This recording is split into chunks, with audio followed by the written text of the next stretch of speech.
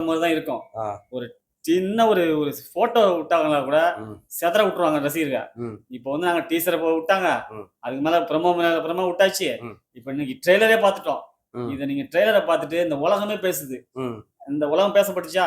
சாதாரணமான அஜித் தானே. இன்னைக்கு உலகம் பேசப்பட்டுச்சா? அதே பாருங்க படம் வந்ததுக்கு அப்புறம் இன்னும் எப்படி எல்லாம் பேச போறாங்கன்னு.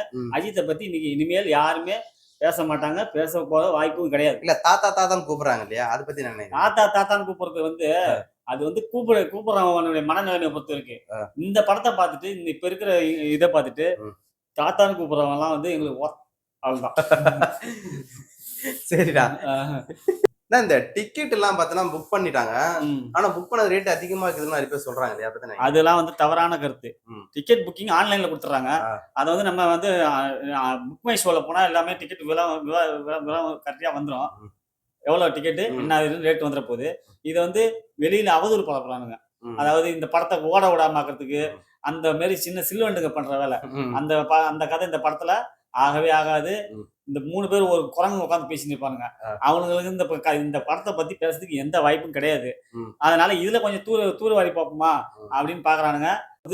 புக் மை ஷோ எங்கேயோ போயிடுச்சு. இவங்க பேசி வாயத்தை வந்து முடிக்கிறது விட்டுமே எங்கேயோ போயிடுச்சு புக் மை ஷோ. முழு சட்டம் மாறன் இந்த அஜித்தை பத்தி விமர்சனம் பண்ண என்ன பண்றது? முழு சட்டம் மாறலாம் வந்து இங்க இருக்கிற இடம் தெரியாத போறான். ஓகேவா? இந்த படத்தை பத்தி பேசுறதுக்கு அவனை பத்தி நாங்க நினைக்கவே இல்லை. அவன்லாம் ஒரு ஆளுன்னே எங்களுக்கு கிடையாது.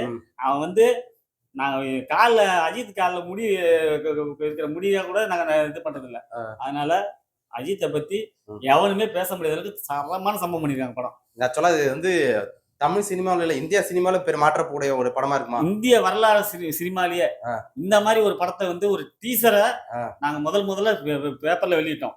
இந்த மாதிரி டீசர் வரப்போகுதுன்னு. எந்த படமும் ரஜினிகாந்த் படத்துக்கே கொடுக்கல. டீசர் இன்டர்வியூ வெளியிருந்து பேப்பர்ல வந்துச்சா? அது ஒண்ணு மேல அடிச்சு இன்னைக்கு வந்து ட்ரெய்லர்ல வந்து நிக்குது. 9ஆம் தேதி பாருங்க. 10ஆம் தேதி தமிழகமே ஸ்தம்பிச்சு ஆக போகுது. எல்லாரும் பாருங்க படத்தை. தமிழகம் இல்ல வேர்ல்டே.